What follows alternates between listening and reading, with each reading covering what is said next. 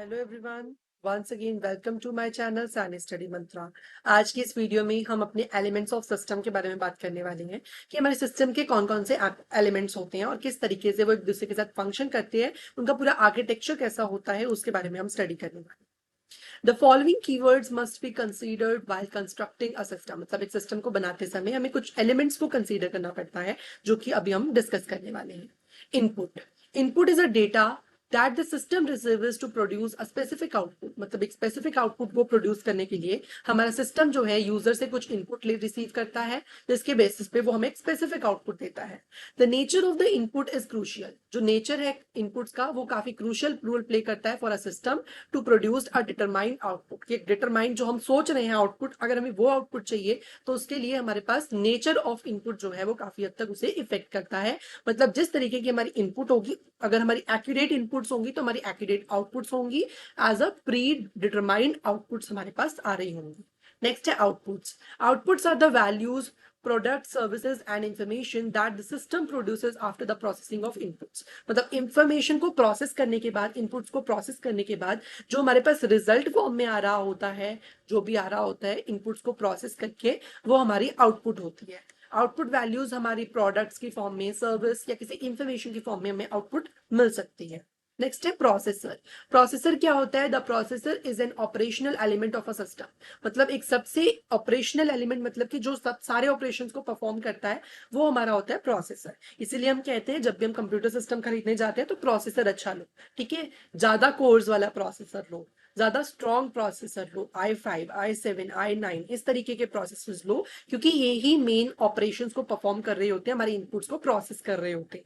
इन पे ही हमारी जो एक्चुअल आउटपुट है वो डिपेंड कर रही होती है। सो प्रोसेसर्स काफी इंपॉर्टेंट रोल प्ले करते हैं, ऑपरेशनल एलिमेंट होते हैं किसी भी सिस्टम का, that converts input into outputs, जो कि हमारे इनपुट्स के ऊपर प्रोसेसिंग करते हैं और उन्हें आउटपुट्स में चेंज करते हैं। The processor modifies the processes. ठीक है, जो प्रोसेसर होता है वो हमारी जो भी इनपुट्स होती हैं उनको मॉडिफाई करता है, उन्हें प्रोसेस करता है, और totally partially according to the specific output. एक स्पेसिफाइड आउटपुट जो है हमें इनपुट्स के बेसिस पे प्रोवाइड करता है।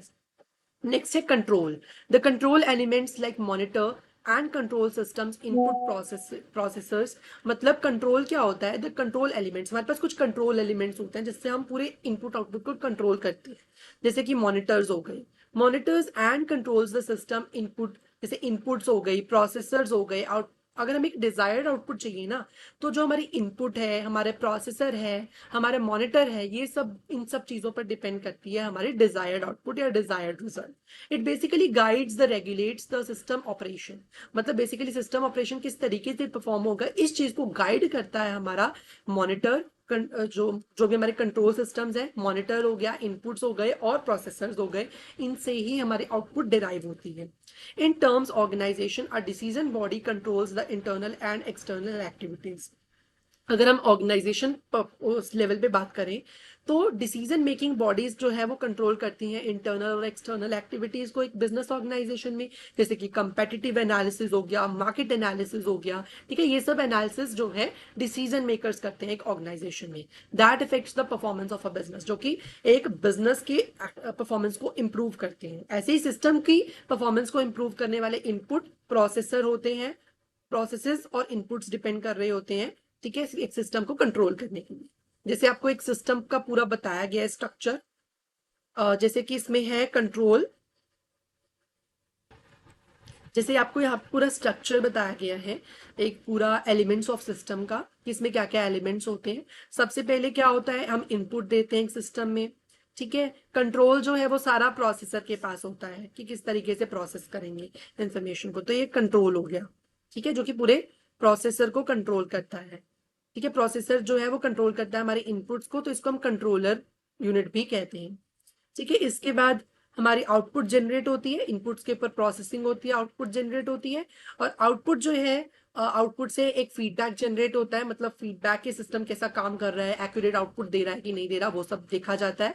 और जो है सिस्टम जब एक्यूरेट इनपुट्स नहीं होती तो दोबारा से उसे इनपुट्स दी जाती है, फिर दोबारा से प्रोसेसिंग चलती है, दोबारा से आउटपुट होती है। और इस बेसिस पे सिस्टम की इंटरनल इंटरफेसेस और एक्सटर्नल इंटरफेसेस होते हैं। मतलब सॉफ्टवेयर होता है, हार्डवेयर होता है, जो कि इन्वायरमेंट के साथ इंटरैक्ट कर रहा होता है। ये इन्वायरमेंट कंपोनेंट है, इसके साथ इंटरैक्ट कर रही होते हैं हमारे कंप्यूटर सिस्टम्स। सो बाउंड्रीज जो है है सिस्टम की वो इंटरनल बाउंड्रीज भी हो सकती हैं, एक्सटर्नल बाउंड्रीज भी हो सकती हैं, जिससे कि पूरा इन्वायरमेंट जो है, इन्वायरमेंट से हमारा सिस्टम जो है वो इम्पैक्ट होता है। तो इस तरीके से हमारा पूरा सिस्टम काम करता है। नेक्स्ट है feedback. The output is measured against the desired standard of output. मतलब कि हमारी आउटपुट जो है उसको कैसे मेजर किया जाता है, कुछ स्टैंडर्ड्स के बेसिस पे मेजर किया जाता है कि मींस जो हमारी डिजायर्ड आउटपुट थी वो हमारी आई है या नहीं, इस बेसिस पे कुछ पैरामीटर्स होते हैं जिस बेसिस पे हम अंदाजा लगाते हैं कि हमारी आउटपुट जो है वो एक्यूरेट है या नहीं है। In taken to achieve the output as per standards, मतलब स्टैंडर्ड्स के अकॉर्डिंग हमारी आउटपुट आई है या नहीं आई है, ये चेक किया जाता है इन द फीडबैक।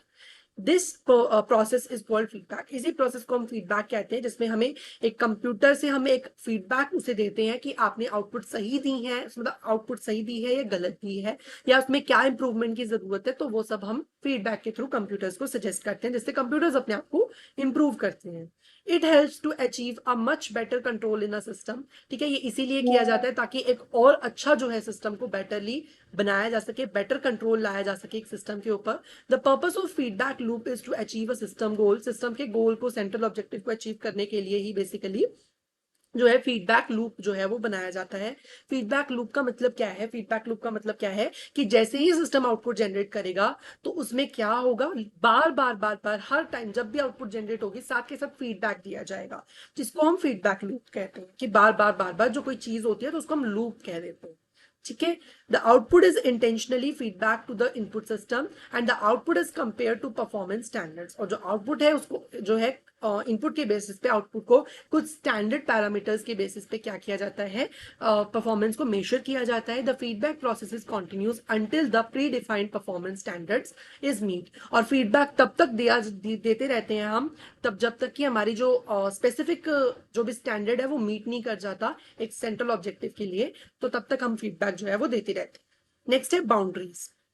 बाउंड्रीज क्या है? द बाउंड्रीज होती हैं एक कंप्यूटर सिस्टम की लिमिट्स, कि उसे कहाँ तक वर्क करना है। इसकी इंटरनल बाउंड्रीज होती है, एक्सटर्नल बाउंड्रीज होती हैं। इंटरनल बाउंड्रीज में हम सॉफ्टवेयर की बाउंड्रीज कह सकते हैं, जैसे सॉफ्टवेयर जहां तक एक्सेस ले सकता है चीजों का उसको हम इंटरनल बाउंड्रीज। एक्सटर्नल बाउंड्रीज जहां तक हमारा सिस्टम इंटरेक्ट कर रहा है फिजिकली हमारे इन्वायरमेंट के साथ, तो उसको हम एक्सटर्नल बाउंड्रीज कह देते हैं। A properly defined boundaries help to system focus on activities more efficiently. मतलब एक सिस्टम बहुत अच्छे से एफिशिएंटली इफेक्ट कर पाएगा, मतलब वर्क कर पाएगा, अगर उसको अपनी इंटरनल और एक्सटर्नल बाउंड्रीज का पहले से पता होगा। नेक्स्ट है इन्वायरमेंट। इन्वायरमेंट क्या है? The elements outside the boundary of a system are known as environment. मतलब जो भी हमारे कंप्यूटर सिस्टम के बाहर का जो भी एरिया है, ठीक है, जो भी हमारे कंप्यूटर सिस्टम से आउटसाइड जो भी एलिमेंट्स हैं उनको हम इन्वायरमेंट कह देते हैं। फॉर एग्जाम्पल स्क्रॉचिंग हीट पड़ रही है, विंड्स पड़ रही हैं, वो सब क्या है? वो सब इन्वायरमेंट है। Change in the environment effect the working of a system. कि अगर बहुत ज्यादा हीट अगर हमारे सिस्टम पे पड़ गई तो हमारा सिस्टम लैग करेगा। ये मैंने आपको एग्जांपल पहले भी दिया था। ठीक है, तो जो इन्वायरमेंट है वो भी हमारे सिस्टम को इफेक्ट कर रहा होता है, हमारे सिस्टम की परफॉर्मेंस को इफेक्ट कर रहा होता है। It determines the working of a system. और सिस्टम की जो वर्किंग है वो डिटरमाइन करती है पूरी हमारे इन्वायरमेंट। नेक्स्ट है इंटरफेसेस।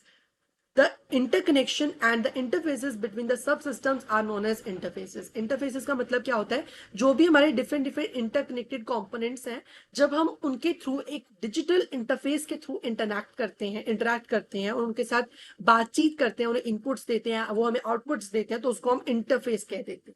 ठीक है, दे मे बी इनपुट्स, वे इनपुट्स भी हो सकते हैं। इनपुट देने के लिए भी इंटरफेस का इस्तेमाल किया जाता है और आउटपुट्स को देखने के लिए भी इंटरफेस का यूज किया जाता है। इस वीडियो में इतना ही। अगर आपको वीडियो अच्छी लगी हो वीडियो को लाइक करें, चैनल को सब्सक्राइब करें। Thank you so much for watching.